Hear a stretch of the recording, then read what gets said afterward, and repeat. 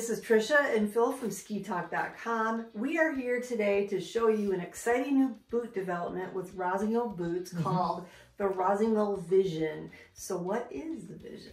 Well, first of all, let's start with what the Vision is not. Okay.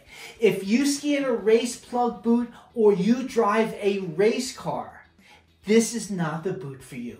If you do backcountry skiing, and even though this boot has an open pseudo walk mode, it's not a Jeep. Again, it's not the boot for you. Okay. What this is an SUV of a boot. Okay? Now, but this is not your mom's soccer mom SUV. This is more of a sport SUV that you can take on the back roads and drive aggressively. Okay. So that's what we've got with that of this new Vision boot. I remember first trying it when we were at WSM last year, and I was duly impressed with how easy I could just step into it without my hands. Right. So when you tried it on, again, we saw that application of it, and we both do a lot of boot fitting, and probably the biggest question that we get in, the biggest complaints that we get from people coming into the shops, and it's a twofold complaint. One is it's difficult to get my boots on, and it's also difficult to get my boots off. We get those all the time. Right. And I've had a few boot customers over the years that I wish I had this boot at that time to get them into. Right. And up to this point, and we can even go back in a Wayback Machine here, this is not Rossignol's first attempt at a boot like this. Okay. Back in the mid-90s, they had a model called the Mid-9, which had a lot of the same characteristics of this boot, that it was easy to get in and easy to get out of it. But when we skied that boot back then, there was a lot of compromises in it in performance. So you give up a little bit to be able to get into your boot? No, you gave up a lot back then. There you go. So I mean, it was like taking a shower with a raincoat on. I mean, the boot really neutered the feel on the snow. Okay. And again, I understand what they were trying to do, but from concept to production, a lot was lost. Well, and a lot has happened in engineering, and a lot has happened in materials that they have to make boots with now. And you know, there have been a lot of side country boots out, which probably opens up a little bit of technology to be able to develop more going in this direction. Right, and that's what we see with this boot. We've seen a bit of a trend, and some of the demographics of skiing is getting a little bit older, but they don't want to compromise that performance. I totally see that. So when we get into this boot, and what really surprised me and got my attention of it is a lot of discussion that we had on the site, and we used our one member Jack Skis on the site as our case point with this. And again, you had some good conversations with Jack, and we have a long discussion, a couple of hundred posts on this about talking about this boot. And why don't you relay a little bit of Jack's experiences on this? Well, Jack is, he's 89 years old, and he's an avid skier. Last year, we talked to him, he got, 50 plus, 60 plus days on the snow. The year before, he got 100 something days on the snow. He's somebody who doesn't want to give up skiing, but he's getting to a stage in his life where it's difficult for him to get his boots on. Right. He wanted to save his skiing experience, and if it meant not putting a difficult boot on, he was going to have to give it up. Right. So my experience is, again, when we took this out the first day, a couple days ago at Mount Rose, I want to see how the boot performs. Now, I normally will ski in a low volume boot. And there are some mid-volumes that I ski in if it's a lower mid-volume boot. What I found with this boot, and what's nice about it, usually in a comfort design recreational boot, they limit it just to mid and high volume options on it. And if we see, as far as in this display right here, as far as what is available in this boot, that there are a men's and a women's 98 millimeter last boot. Yeah, I saw that when we were at WSM last year, and that's what I tried out. Right, and the women's version is available in 90, and the men's is available in the 130 that I have here. And I thought, well, where are the compromises going to be on snow with the boot? So we took it to the snow. We took it to the snow, and in that process, I also brought along its cousin, the blue boot, which is the Lang RS 130. Now, I don't have, there is a Roswell version of this, which would have been better A-B comparison on it, but since I had the blue boot here, I decided I'd bring that out, and I skied that on one foot, and the Vision on the other foot. And what really surprised me, that there was an nth degree difference in performance, but only when I really pushed the ski really hard. Now, there's a lot of traffic on the slope, so there was some limitations there, but the difference that I found actually was much less than I expected. I know that on the chairlift you were talking about that. Right. And another thing that I would like to point out is the ski that you skied with this is actually a carving ski. You skied it with the Rosimo Forza. Yep, the Forza 70 degree. And that's a narrower ski, a good carving ski, yep. And it's something that would really put a boot like this to the test. No, absolutely, and that's a really good point. We've got a boot here that really isn't designed just for somebody who is in the twilight of, it might be the twilight of their age, but they're not in the twilight of their skiing ability. They still want to go out there and rip. Well, you and I see this whether we go to Mount Rose, whether we go to Sun Valley, Idaho. We see a lot of people that are silver-haired foxes with a carving ski and a desire to get out there and carve, and this is a boot that opens up more of the mountain. No, it really does. And doing an A-B comparison and a 130 to 130, we know there's no scale, there's no independent lab that we send these boots out to test what a flex is, because we know all the variables that come into that. And we talk about stiff 130s, soft 130s. I would say comfortably that this boot here is on that medium to maybe slightly softer range, that 130, but by all means, it's still on that 130 scale. Yeah, but like you said, we don't get hung up in the numbers. Right. We get hung up in how it actually feels when you put them on the snow. Right. And you actually said it best when you were on the lift. You said you were pleasantly just really happy with how this boot performed. And you had to make some quick moves. It was pretty busy on Saturday when we took it out first. And you couldn't compromise on performance because you had to get around crowds. Right.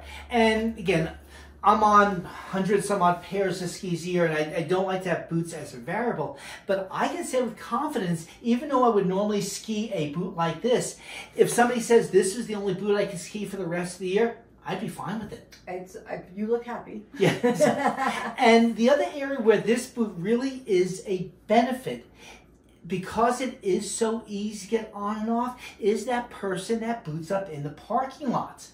Yeah, we talked about that too. And it's one of those things where you need a boot that's going to be easy enough that you don't have to struggle. And we did this a few years ago where all of us were booting up in the parking lot. So, I mean, a lot of the boots, getting them onto the parking lot if you're using heated boot bag or whatever you use, but you can see again how easy this boot is to get in, but also getting out of the boot. And we mentioned that earlier, that this boot really does make a difference. Where a lot of times people get that pressure over the instep and the tearing at the top of the foot, bringing that foot out. You don't get that with this boot. Yeah, and it's got a good instep height too. Yeah. That's one of the things I noticed when I tried it on at WSM, is I have a very high instep, and that is something that I deal with, is that pressure in the instep when I get into and out of the boot, and I didn't feel that at all. No. And again, once you're in that boot, the suction of the clog, or the lower half of the boot, I mean, it holds the foot really nicely, especially in the back half of the boot. I mean, we've got some really good shape there, so I mean, that works really well. And again, as far as how this works is, we've got a regular buckle here that opens up. This red here, and again, it varies from boot to boot as far as different performance levels, but this opens up, and that releases that cuff, makes it easier to open up. We do have the double Velcro design here, which allows this to open up even more as far as for getting in, open up the boot, and then again, the cuff opens up real nice and easy.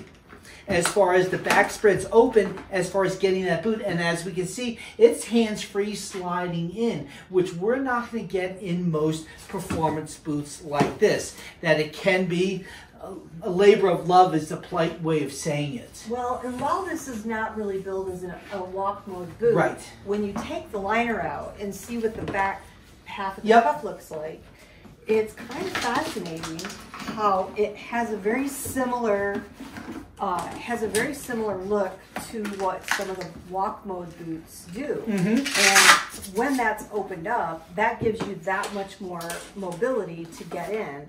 And then when you flex it forward and flip that back, you see Now that locks that into it place. locks it back into place, and now you've got the performance. Yeah, and again, liner is also a very nicely well-designed liner. We do have a nice material up here that, again, holds the calf real nice and well. We've got a horseshoe back here, which again is part of that where it creates that heel hole that I was talking about earlier. The anatomic shape as far as for our ankle bones here, how that holds in, and this one here being the 98 last, it really feels like a solid 98. Yeah. I mean, U-Ski usually, like you said, a low volume boot. It Right. always fits the bill. Yeah, so they did a really good job in that aspect of it. And again, getting to the point that we addressed earlier with the AG skier. When I was getting booted up and on Saturday, our first day out on it, I noticed actually an older gentleman walking past who had on the 120. So I trucked over to talk to him and showed him that I had the boot, he had the boot, and I asked him what was his thought process in getting the boot. Again, the points that we just hit earlier hit all the checkpoints. He was getting up in age. He normally skied a 130 race boot. He got tired of getting in and out of the boot, and he figured he would give this a try. It was his second day out. On the first day, he says, it does everything I expected it to do, which was really nice, and it was very positive to hear that. And it's good to see these people stay out on snow. No, I think it is really good. And as far as where the compromises on snow might be, I really have to go hard to look for where those compromises are. No, it's not be a full block boot. Right. Okay. Again, that person there, again, if you're in that boot, you're not watching this video. So that's not a problem. But for that person, again, young, old, male, female, if you're having difficulty getting in and out of the boot, and we see it with people coming into the shop, and that's one of the bigger complaints, this is a really good boot to consider. If this was available to you last year, I know of at least one boot customer that would have totally bought one. Yeah, and I think that's probably on the conservative side. But again, so in this whole process, we've had our boot fitter hat on and off, and talking about this as far as from the skiability side of it.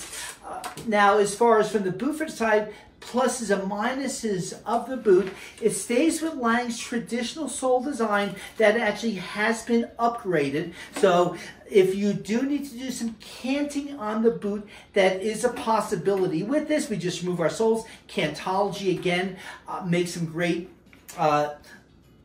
canting shims that go in here. As far as underneath, as you can see, that what's really cool that they've done is they made the boot backwards compatible with their 5355 soles. So if somebody does want to use their old equipment or even pop into a race ski, you can put on a regular sole, and you can see the screw. It does have the screwability for both the grip walk, the 23223 sole, or the 5355 sole, so you have that for flexibility on the boot, which I think was a great design.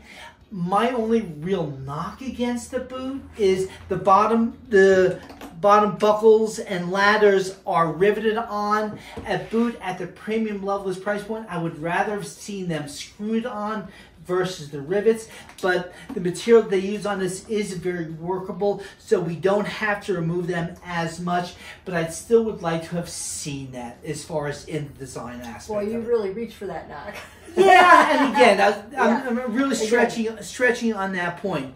But as far as the options that are available, anywhere from an 80 to 100 flex for the women, and again, a 90 98, 100 and 102 last. On the men's side, it's going to be a 100 to a 130, with the only low volume on the men's side being that 130.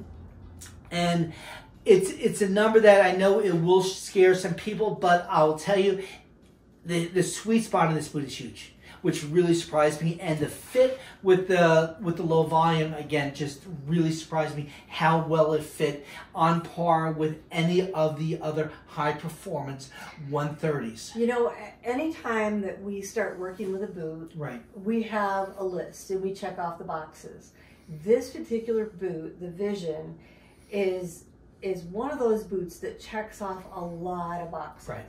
So, and the other point that the other thing I want to point out that we just ran into this situation too is, for you that might be working in a shop and you might be carrying this boot, you might not have had your clinics yet on this. Even though this has a walk feature, it's not a walk mode. It is not really technically a walk boot. It's definitely walkable because of that release in the back. Exactly. But it's not technically a walk boot. It is an easy entry boot. Right. The ingress and egress of this boot is on par with any of the easiest boots that you might have experienced in years, but without the cost of performance. Right. And, you know, look for it. It's the Rossignol Vision boot. Yep. And it has a proprietary step-in technology.